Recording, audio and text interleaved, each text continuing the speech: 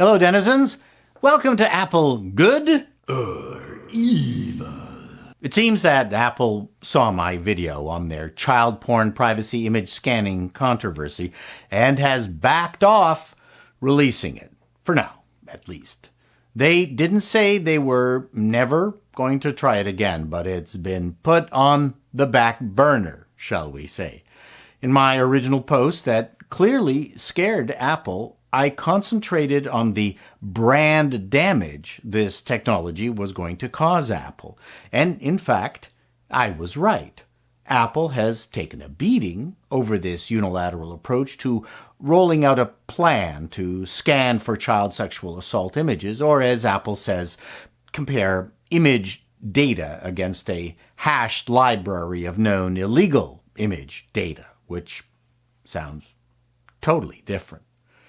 The bottom line, no matter how noble a cause this was, it's 100% against Apple's privacy branding.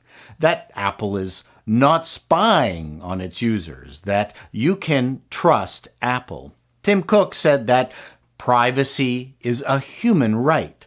I just don't see how Apple can reconcile these two things. Unless the government legislates big tech to toe this line, I can't see how Apple can reintroduce this. First of all, for such a sophisticated company, they really pooched the teaser trailer for this. It was the clumsiest announcement I think we've seen from Apple since the poop emoji debacle, where Apple forgot to make ethnically diverse poop emoji options. Then there was the almost childish attempt at damage control with Craig Federighi. There was just no way Apple was going to win this. Brand promises restrict what a company can do. It's why Google removed the "Don't be evil" clause from its unofficial motto, because it was clear that Google was planning on doing a lot of evil in the future. Apple had spent millions of dollars on network advertising claiming they were our privacy champion. So that's it. I can't see how Apple can reintroduce this particular bit of technology. Now Google is joining the Apple Silicon train and plans on developing their own chips for Chromebook computers.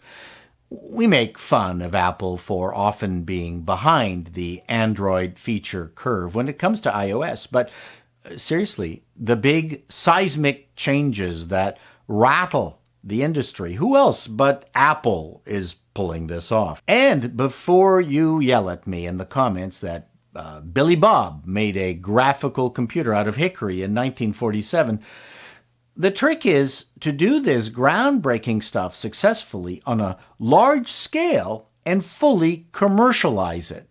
64-bit iOS and Apple Silicon have been huge, daring advances. Microsoft has also announced that they are going to make their own ARM chips for their Surface lineup.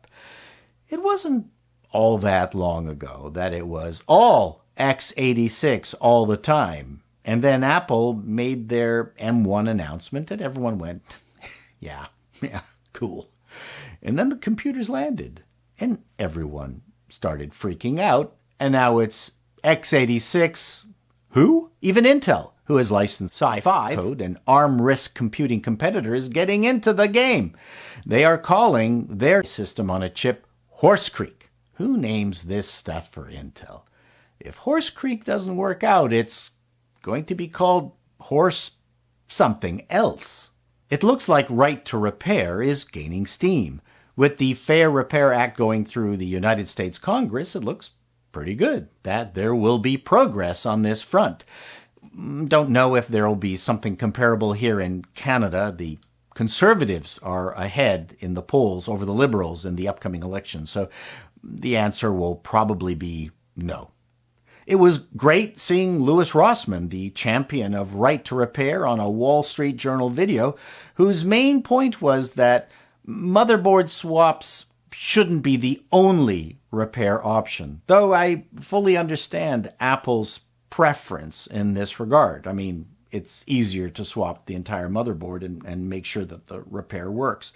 But what I really don't like is how Apple and other co-conspirators against right to repair attack it through their hired mouthpieces.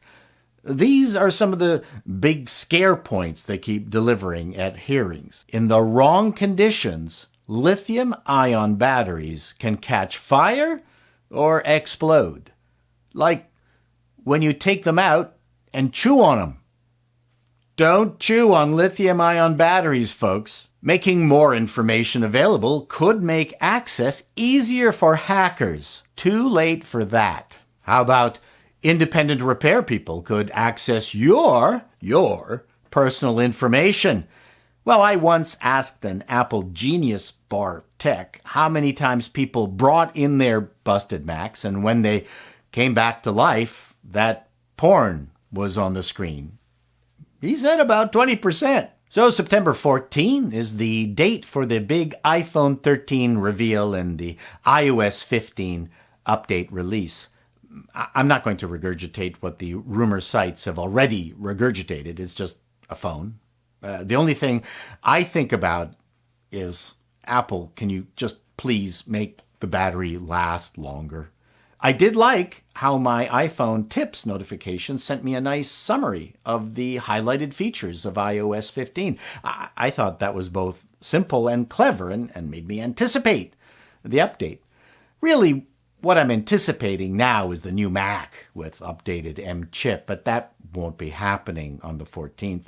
I will be watching, though I don't know if I'll make a video. I'm not that interested in the iOS ecosystem. I'm a Mac guy. Finally, as Mac and iOS users, we all hate to read manuals, but many people just don't get the most out of their devices or software if they don't, at the very least, give the documentation a perusal.